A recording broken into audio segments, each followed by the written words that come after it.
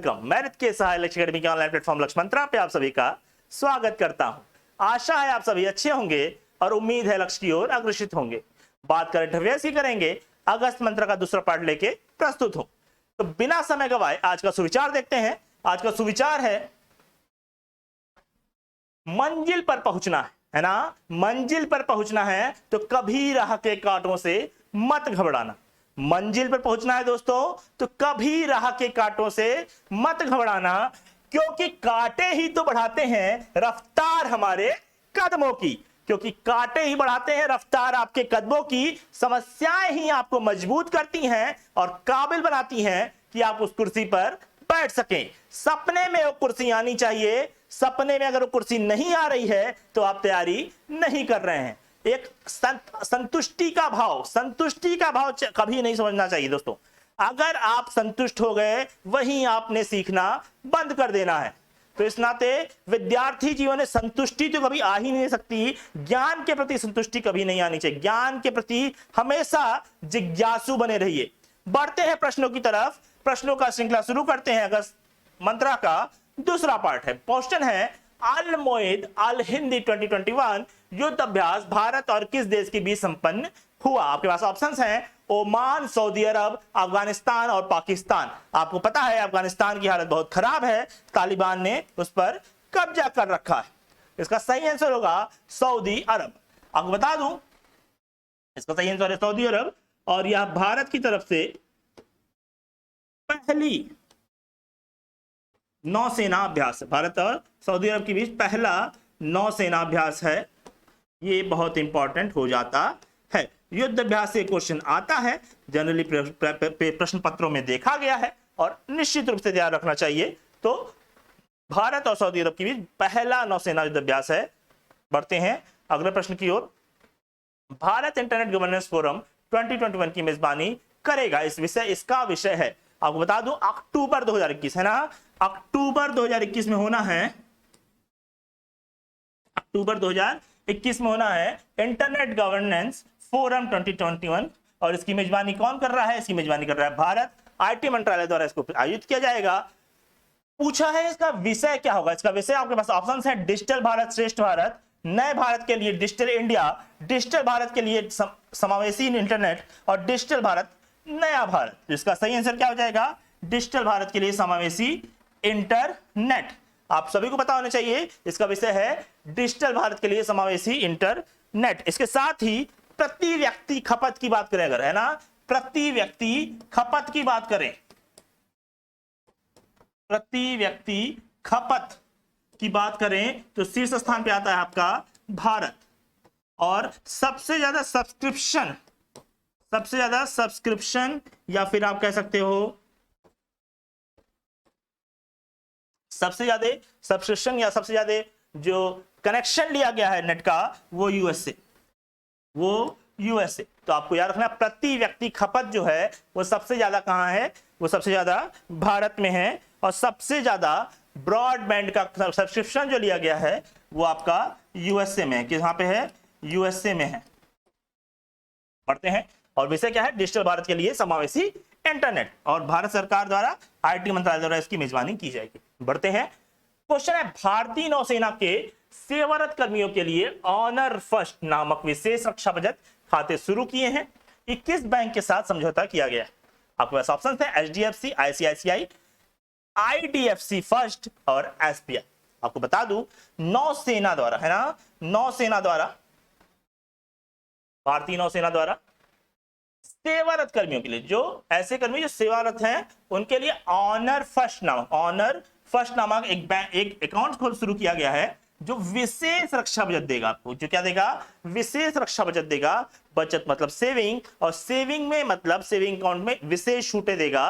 ब्याज की दर आकर्षक होंगी, अब सुविधाएं ज्यादा होंगी। इस तरीके का एक सम्मान का भाव दे रहा है। और ये किसके साथ किया गया? किस बैंक के समझौता किया गया है? तो ये किया गया आईडीएफसी फर्स्ट बैंक के साथ। आईडीएफसी फर्स्ट बैंक और भारतीय नौसेना ने यह समझौता किया है कि सेवारत कर्मियों के लिए एक विशेष रक्षा बचत खोला जाएगा, खाते खोले जाएंगे जिनका नाम ऑनर फर्स्ट अकाउंट रखा जाएगा।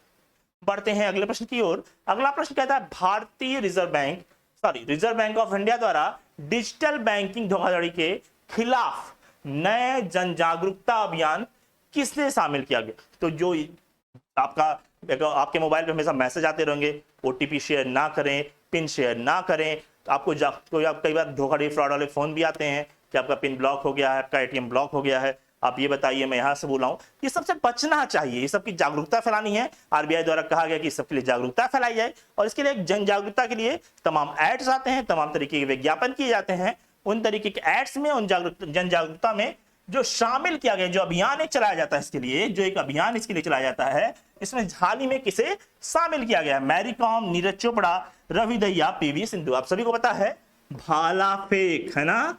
भाला फेंक करके जो देश का नाम रोशन किया है वो कौन है? वो है नीरज चोपड़ा। इसका सही आंसर क्या है? नीरज चोपड़ा को आरबीआई ने अभी हाल ही में जन जागरूकता अभियान में शामिल किया। किसके लिए? डिजिटल बैंकिंग धोखाधड़ी के खिलाफ जो जन जागरूकता अभियान शुरू किया गया उसमें शामिल किया गया। भाला फेंक में नीरज चोपड़ा ने इकलौता स्वर्ण लाया है, इंडिविजुअल स्वर्ण लाया है, और एथलेटिक्स में पहली बार इंडिविजुअल स्वर्ण भारत को प्राप्त हुआ है ना? और 32वां संस्करण था, टोक्यो में संपन्न हुआ। बढ़ते हैं अगले प्रश्न की ओर। विश्व शेर दिवस कब मनाया जाता है? आपके सामने ऑप्शंस हैं 10 अगस्त, 29 अगस्त, 29 जुलाई, 2 अगस्त। तो आप सभी को पता है इसका सही आंसर क्या है? इसका सही आंसर है 10 अगस्त, है ना? शेर के संरक्षण के लिए और जागरूकता फैलाने के लिए विश्व शेर दिवस मनाया जाता है, और ये मनाया जाता है 10 अगस्त को। आप सभी को पता है 29 अगस्त को हम मनाते हैं खेल दिवस। हॉकी के जादूगर या द विजार्ड मेजर ध्यानचंद का बर्थडे पड़ता है, जन्मदिन पड़ता है, और 29 जुलाई को मनाते हैं हम टाइगर, है ना? तो इसका सही आंसर क्या हो जाएगा? 10 अगस्त को मनाते हैं विश्व शेर दिवस। बढ़ते हैं अगले प्रश्न की ओर। देखिए, पीएम उज्ज्वला योजना बहुत ही इंपॉर्टेंट क्वेश्चन है। निश्चित रूप से बता रहा हूं, आगे के एग्जाम में किसी ना कहीं आपको ये टकराएगा और आप एक नंबर चुरा के ले जाएंगे। पीएम उज्ज्वला योजना 2.1 की शुरुआत उत्तर प्रदेश के किस जिले से की गई? बलिया, अयोध्या, महोबा, गोरखपुर। आप सभी को पता है इसका आंसर? जी हां, पीएम उज्ज्वला योजना का पहला जो शुभारंभ था 1.0 या फिर 1.0 वो शुरू हुआ था बलिया से, और जो दूसरा संस्करण शुरू किया गया वो किया है महोबा से। दोनों उत्तर प्रदेश के जिले हैं। इसमें एक एलपीजी कनेक्शन और 1600 रुपए प्रति परिवार दिया जाता है, प्रति परिवार दिया जाता है इसको रिफिल कराने के लिए, है ना?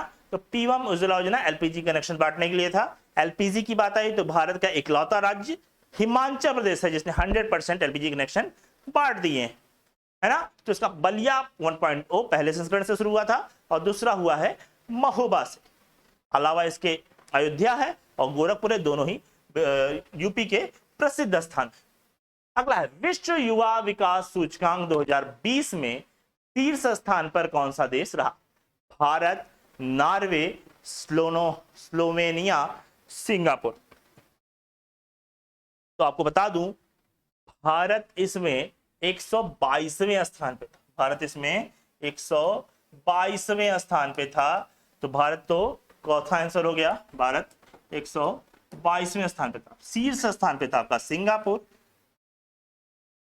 सेकंड पे आपका स्लोवेनिया,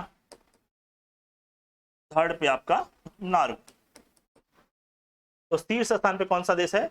शीर्ष स्थान पे आपका सिंगापुर। अगर देखा जाए तो कई इसमें थे, कई इसके आयाम थे, जैसे स्वास्थ्य, शिक्षा, है ना? स्वास्थ्य, शिक्षा,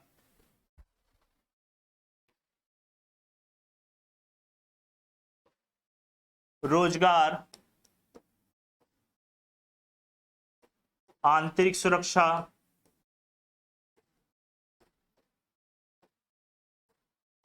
ये सभी आयाम थे जिसपे इसको तय किया गया।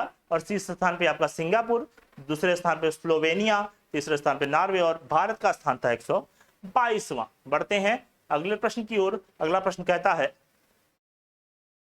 Accelerating India years of the Modi government नामक पुस्तक का विमोचन किसके द्वारा किया गया? ऑप्शन आपके नरेंद्र मोदी, राजनाथ सिंह, एम वेंकैया नायडू और अमित शाह। तो आपको बता दूं 7 वर्ष पूरे हो गए हैं केंद्र सरकार के, मोदी सरकार के, तो 7 साल का पूरा रिकॉर्ड। और ये जो ये बुक में है, इस बुक में है जिसका नाम है accelerating India years for the Modi government, और ये बनाया गया है एम वेंकैया नायडू के द्वारा, भारत के उपराष्ट्रपति। आपको पता है 3 वर्ष पूरे होने पर इन्होंने एक पुस्तक लिखी थी, इसका विमोचन किया था, जिसका नाम था CCC, है ना, कम्युनिकेटिंग, कनेक्टिंग एंड चैलेंजिंग। बढ़ते हैं अगले प्रश्न की ओर। अगला प्रश्न कहता है राष्ट्रीय भाला फेंक दिवस कब मनाया जाता है? आपको बताया अभी ओलंपिक, टोक्यो ओलंपिक में 7 अगस्त को भारत को स्वर्ण पदक हासिल हुआ था, तो इसी नाते 7 अगस्त को अब मनाया जाएगा 2022 से, है ना, 7 अगस्त 2022 से मनाया जाएगा राष्ट्रीय भाला फेंक दिवस। इसका मुख्य उद्देश्य लोगों में भाला फेंक जैसे खेलों के लिए जागरूकता को फैलाना और ज्यादा उनमें उत्साह पैदा करना कि उस तरफ उनकी रुख इस तरफ के खेलों में हो। तो 7 अगस्त आपका हो गया भाला फेंक दिवस। इसके अलावा आप देखेंगे 29 अगस्त, है ना, आपके सामने है 29 अगस्त। आप सभी को पता है 29 अगस्त को हमारा कौन सा खेल है? खेल दिवस, है ना, राष्ट्रीय खेल दिवस।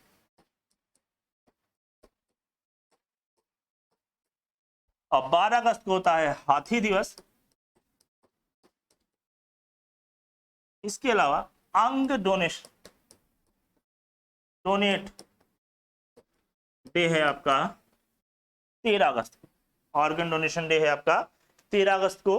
तो आपका सही आंसर क्या हो गया? 7 अगस्त। बढ़ते हैं अगले प्रश्न की ओर। अगला प्रश्न कहता है भारत का पहला वाटर प्लस शहर घोषित किया गया, है ना, ऐसा पानी, ऐसा शहर जहां पे आप सभी को पता है, ऐसा शहर जहां पे जो उसका पानी निकलता है ना, घरों से, व्यावसायिक प्रतिष्ठानों से और अन्य जगहों से, वो पर्यावरण में मिलता है तो संतुलित बनाए रखता है, वो संतुलन बनाए रखता है। तो ऐसे शहर को कहते हैं वाटर प्लस शहर, है ना, ऐसे शहर को क्या कहते हैं? वाटर प्लस शहर। और वाटर प्लस शहर बना है आपका इंदौर। कौन सा शहर बना है? इंदौर बना है। और आपको पता है 24 घंटे टोटी के माध्यम से, वाटर फ्रॉम टैप योजना चलाई गई थी उड़ीसा में, जो पूरी बना है, टोटी से पीने योग्य पानी प्रदान करने वाला भारत का पहला जिला है पुरी। इसके अलावा मुंबई में भारत का पहला अंडर वाटर सुरंग बन रहा है और कोलकाता में भारत का पहला अंडर वाटर मेट्रो बन रहा है। तो पानी से रिलेटेड चारों ऑप्शन मैंने यहाँ रखे थे। और इंदौर आपका सबसे स्वच्छ शहर भी है और भारत का पहला वाटर प्लस शहर भी घोषित किया गया। ये 6 महीने के लिए खुल होता है भैया। 6 माह के बाद फिर से वही प्रक्रिया चालू की जाएगी। ये जो उसको घोषणा की गई है ये 6 माह तक मान्य है। 6 माह के बाद फिर से इंदौर का एक बार इनॉग्रेशन किया जाएगा, एक बार फिर से इंदौर की चेकिंग की जाएगी, परीक्षण किया जाएगा, सर्वे किया जाएगा और ये चीजें सब सही पाई जाती हैं तो ये बरकरार रहेगा, अन्यथा ये हट जाएगा। तो 6 माह का पूरा ये समय होता है। अगला क्वेश्चन है sky tracks world airport awards 2021 की सूची के अनुसार शीर्ष स्थान पर कौन सा हवाई अड्डा रहा? आपके सामने ऑप्शन है चांगी हवाई अड्डा सिंगापुर, टोक्यो हनेडा हवाई अड्डा जापान, हमद अंतरराष्ट्रीय हवाई अड्डा, इंदिरा गांधी अंतरराष्ट्रीय हवाई अड्डा दिल्ली। तो देखिए स्काई ट्रैक्स वर्ल्ड एयरपोर्ट ये लंदन की एक एजेंसी है जो वहां के यात्री हैं उनके कनेक्ट करके उनसे सर्वे करा के ये तय करती है कि कौन सा हवाई अड्डा सुविधा देने में कितना शानदार काम कर रहा है ना, कितना शानदार काम कर रहा है। तो शीर्ष स्थान पे जो है आपका, शीर्ष स्थान पे आपका कौन सा है? शीर्ष स्थान पे आपका हमद हवाई अड्डा। कौन सा है? हमद हवाई अड्डा। दूसरे स्थान पे आपका आता है टोक्यो हवाई अड्डा जो कि टोक्यो हनेडा हवाई अड्डा है, तो जापान में स्थित है। और तीसरे स्थान पे आता है आपका चांगी हवाई अड्डा जो कि सिंगापुर में स्थित है। बात करते हैं अगर इंदिरा गांधी अंतरराष्ट्रीय हवाई अड्डा की, तो भारत और मध्य एशिया, भारत और मध्य एशिया क्षेत्रों में यह शीर्ष स्थान पे रहा, यह शीर्ष स्थान पे रहा। कौन सा? और सिंगल यूज प्लास्टिक बैन करने वाला भारत का पहला हवाई अड्डा है। इसके अलावा सिंगल यूज प्लास्टिक की बात हुई है तो 2022 तक भारत में सिंगल यूज प्लास्टिक बैन करने की बात लक्ष्य रखा गया है, बात कही जा रही है ना, तो ये ध्यान रखना है। सही आंसर है हमद अंतरराष्ट्रीय हवाई अड्डा शीर्ष स्थान पे है और टोक्यो हवाई अड्डा दूसरे स्थान पे और चांगी हवाई अड्डा सिंगापुर तीसरे स्थान पे। और ये अंतरराष्ट्रीय इंदिरा गांधी अंतरराष्ट्रीय हवाई अड्डा ये भारत और मध्य एशिया के बीच शीर्ष स्थान पे है। बढ़ते हैं अगले प्रश्न की ओर। अगला प्रश्न क्या कहता है? अगला प्रश्न कहता है ऑनलाइन परिवहन सेवाएं शुरू करने वाला भारत का पहला केंद्र शासित प्रदेश कौन सा है? चंडीगढ़, लक्षद्वीप, दिल्ली, पुदुचेरी। तो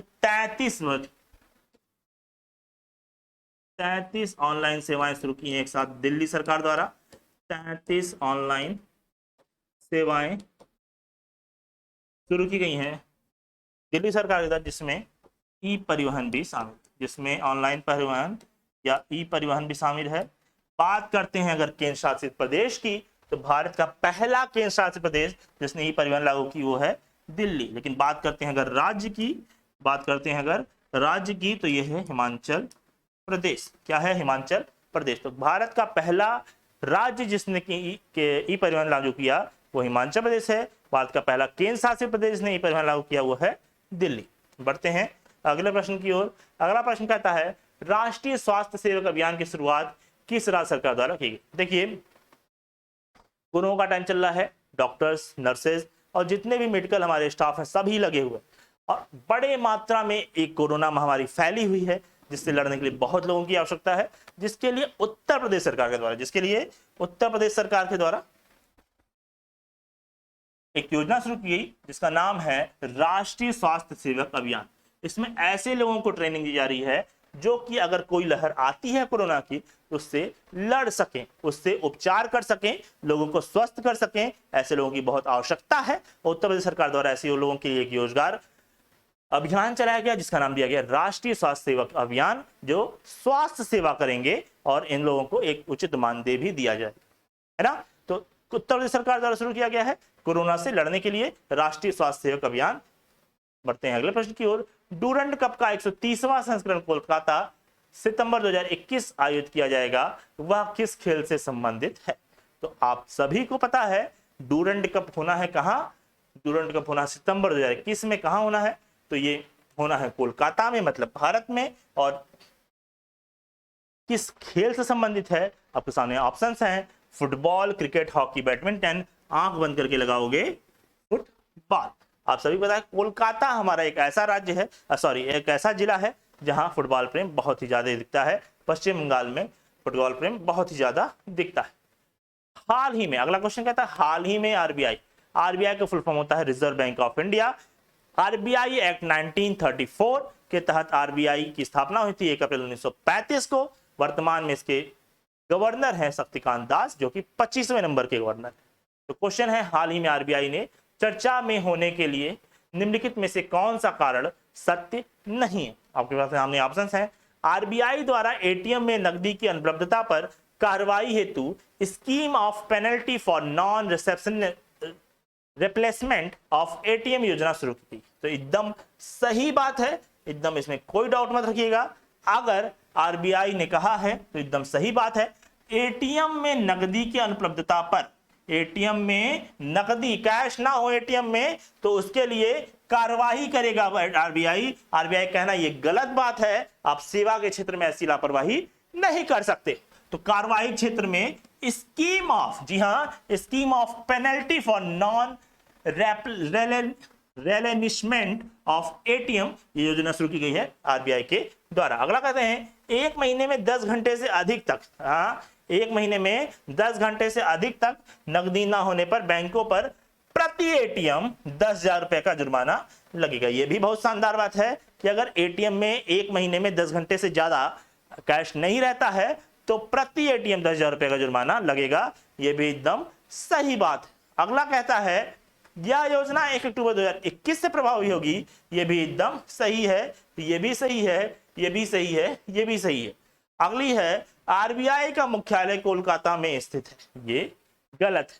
आप सभी पता है 1937 में आरबीआई का मुख्यालय मुंबई में ट्रांसफर हो गया था। तो इसका आंसर क्या हो जाएगा? डी हो जाएगा। ये गलत है। यही एक ऐसा कारण है जो इसमें गलत है। पढ़ते हैं सत्य नहीं है। अगला है अगला है भारत में रामसर स्थलों की संख्या कितनी है? 42, 43, 44, 46 रामसर स्थल है ना।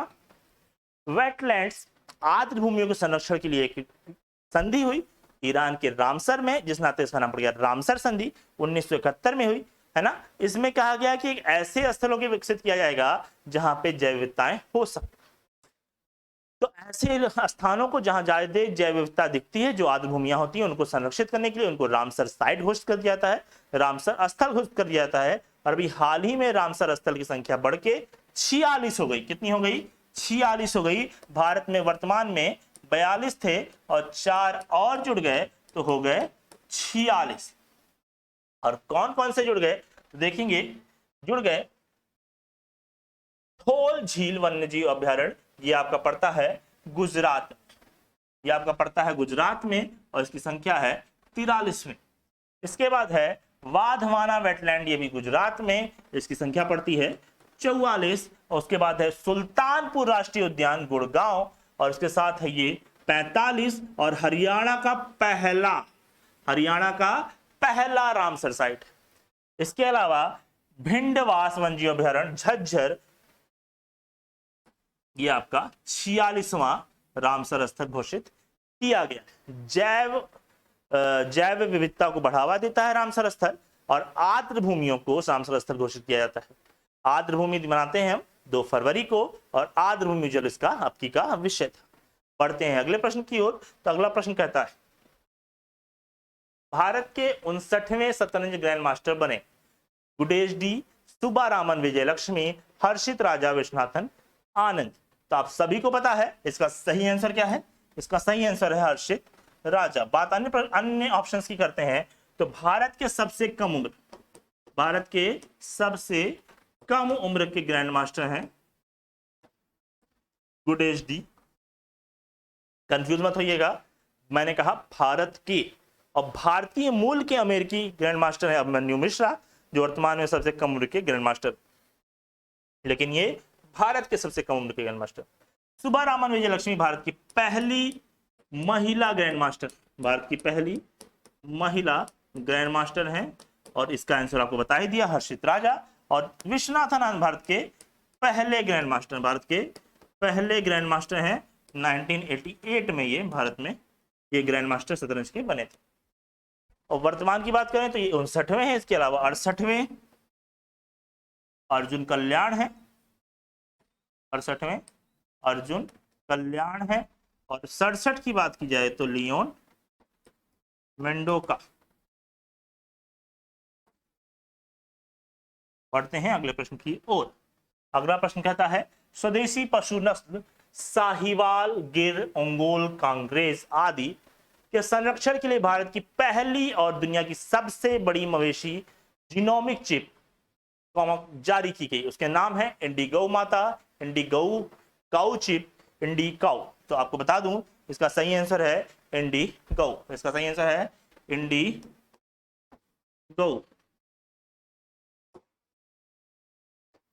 इंडिगो को विकसित किया गया है और ये दुनिया की सबसे बड़ी और भारत की पहली मवेशी जीनोमिक चिप है, जिससे इनके संरक्षण की बात की जा रही है और इनके नस्लों में सुधार होगा। तो भारत का पहला और विश्व का दुनिया का सबसे बड़ा मवेशी जीनोमिक चिप है, उसका नाम है इंडिगो। बढ़ते हैं अगले प्रश्न की ओर। जितेंद्र कुमार के द्वारा इसका उद्घाटन किया गया था। बढ़ते हैं।